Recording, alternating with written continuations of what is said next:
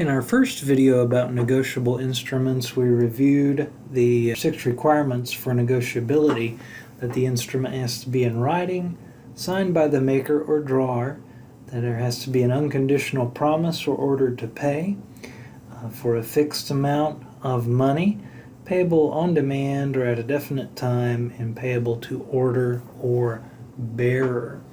So what we're going to look at now is, once we have a negotiable instrument that meets those requirements, how do we transfer that instrument to someone else?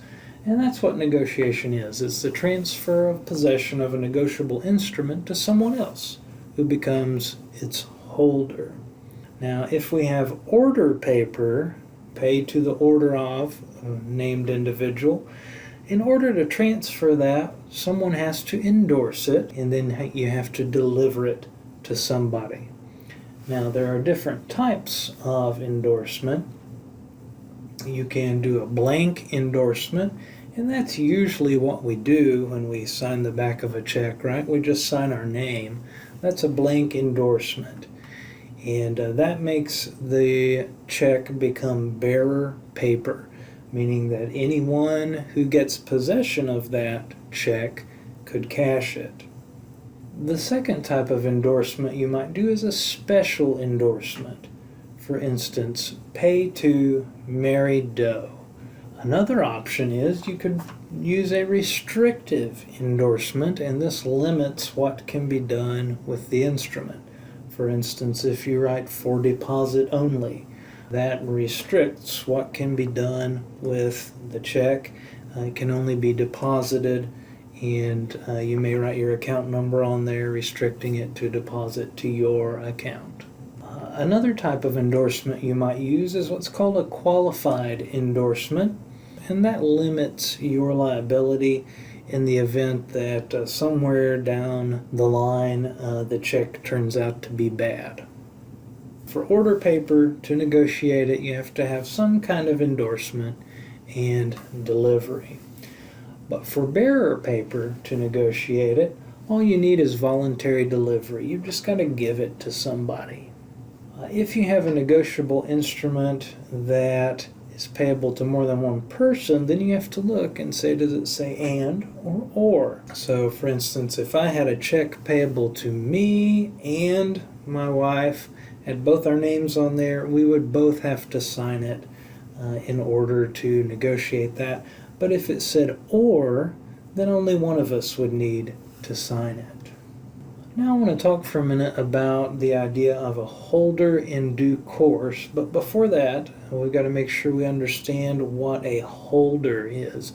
A holder is someone who has received the negotiable instrument through negotiation, and the holder is going to receive the same rights that the transferor had. So the same rights that the person had who gave him the check.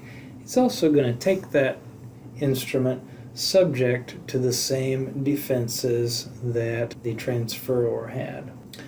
A holder in due course, however, is a holder who takes free of the claims and personal defenses, and we'll talk about what personal defenses are in a minute.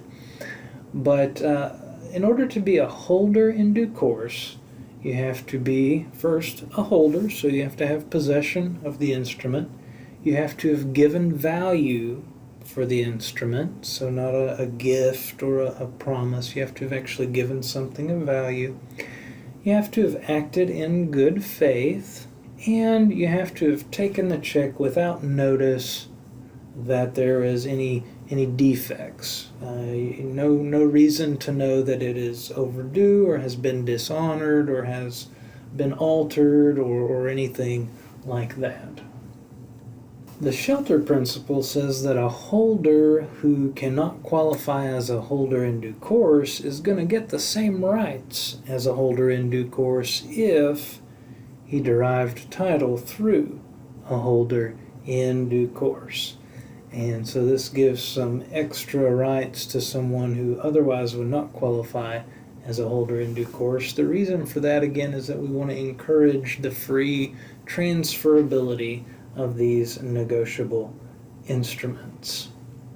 So now we're going to talk a little bit about liability on the negotiable instrument. Liability can arise either from a person's signature somewhere on the instrument or from warranties that are implied when a person presents the instrument for negotiation. So let's look first at liability under the signature. Primary liability, or an unconditional requirement to pay, applies to makers of promissory notes as well as acceptors, that is a drawee that promises to pay when it is presented, usually a bank. If the bank refuses to pay, then the check is considered dishonored. Primary liability, if it's a cashier's check, also rests with the issuer of that check, which again is usually a bank. Secondary liability, or contingent liability, is going to apply to drawers. So when you sign the check at the bottom right-hand corner, you are the drawer, and if your bank refuses to pay, say for insufficient funds or something like that, then you, as the drawer, would be secondarily liable. Secondary liability also applies to any unqualified endorsers, so somebody who has signed the back of the check and did not use a qualified endorsement to restrict or limit their liability. In order for the drawer or the unqualified endorser to be held secondarily liable, the negotiable instrument has to be properly and timely presented. The primary party, which is usually the bank, the drawee, has to dishonor the instrument, and the drawer or unqualified endorser has to be given timely notice that the item has been dishonored. And if those three requirements are met, then those with secondary liability may be required to pay. But what if the instrument is forged? The general rule is that there's no liability for a forged instrument. You generally have no liability unless you actually personally signed the instrument. However, there is an exception if it can be shown that your negligence substantially contributed to the forgery. If you left your checkbook lying around open and someone came by your cubicle at work and took it and forged some checks, maybe you would have some liability there. But what about a forged endorsement? Remember, the endorsement, if you think of it in terms of a check, is flipping it over and signing on the back. So what if there's a forged endorsement on the back of that check? The general rule is that the first party to take the negotiable instrument with the forged endorsement is going to be liable. The idea there being that that person was in a position to check that endorsement and make sure that it was a valid endorsement, and their failure to do so will render them liable. Now, there are two exceptions to that general rule. First is the imposter exception, where someone induces the maker or drawer to issue a negotiable instrument in the name of an impersonated payee. For instance, if Mo pretends to be Curly and convinces Larry to write him a check payable to Curly, the result is that Larry, who wrote the check, would be liable instead of the first party to take it with the forged endorsement. The second exception is the fictitious payee. This occurs where the negotiable instrument is issued to someone with no interest in that negotiable instrument. For instance, an employee writes a company check to a fake customer, then endorses the fake customer's name on the back, then endorses his own name and deposits the check in his own account. The result there is that the maker or drawer, here the employer, would be liable because they were in the best position to prevent that whole situation. Now, as far as warranty liability, anyone who transfers a negotiable instrument makes implied transfer warranties, and those warranties are that all the signatures on the instrument are valid, that it hasn't been altered, that there are no claims or defenses that would prevent honoring the instrument, and that there's no knowledge of insolvency. Similarly, anyone who presents a negotiable instrument for payment also makes certain warranties. They warrant that they are entitled to enforce the warranty, that the negotiable instrument has not been altered, and that they have no knowledge of the drawer's signature being unauthorized.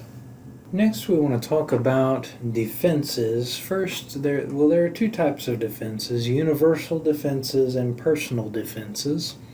A defense can be used to bar collection from people who would otherwise be liable on the negotiable instrument. And so first we'll look at these universal or real defenses.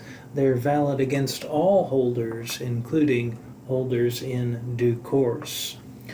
The first universal defense is forgery, where the maker or drawer's signature has been forged.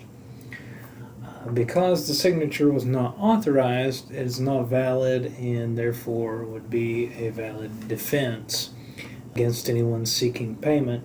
The exception, of course, if the maker or drawer ratified the action. The second universal defense is fraud in the execution, which occurs when the drawer or maker is deceived about the nature of the document signed. Maybe someone comes up to you and says, "Please sign this so that I can deliver your package," and you sign it to get your package, but it turns out what you had signed was some sort of negotiable instrument, and now someone is demanding payment from you. Well, fraud in the execution is a valid defense unless a reasonable inquiry would have led you to figure out that you were being tricked. And so if you didn't make that reasonable inquiry, you may still be liable. Third, a material alteration. If words are added, amounts are changed, or part of the negotiable instrument is cut off, that works as a complete defense against any ordinary holder, and it's a partial defense against a holder in due course who is seeking payment.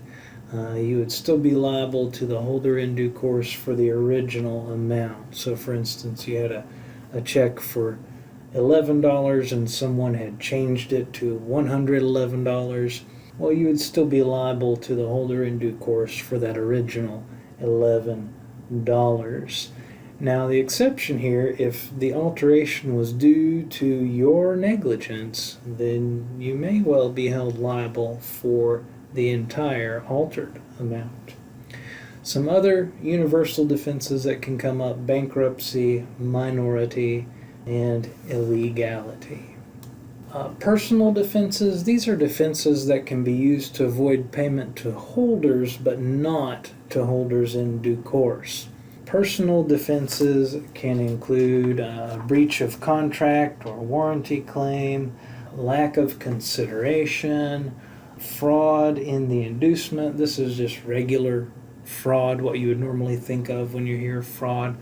And also illegality, incapacity, or duress.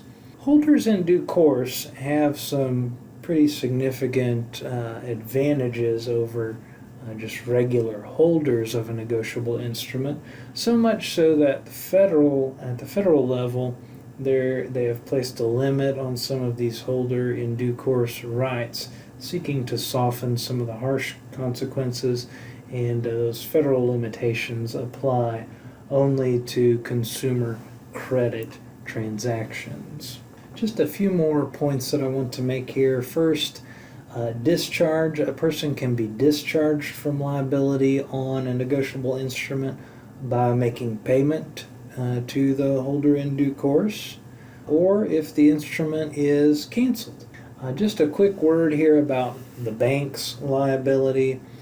If it's a forged drawer's signature and the bank goes ahead and pays it, then the bank is responsible to recredit your account because you have a contractual relationship with your bank and they're not supposed to pay any checks that you haven't signed.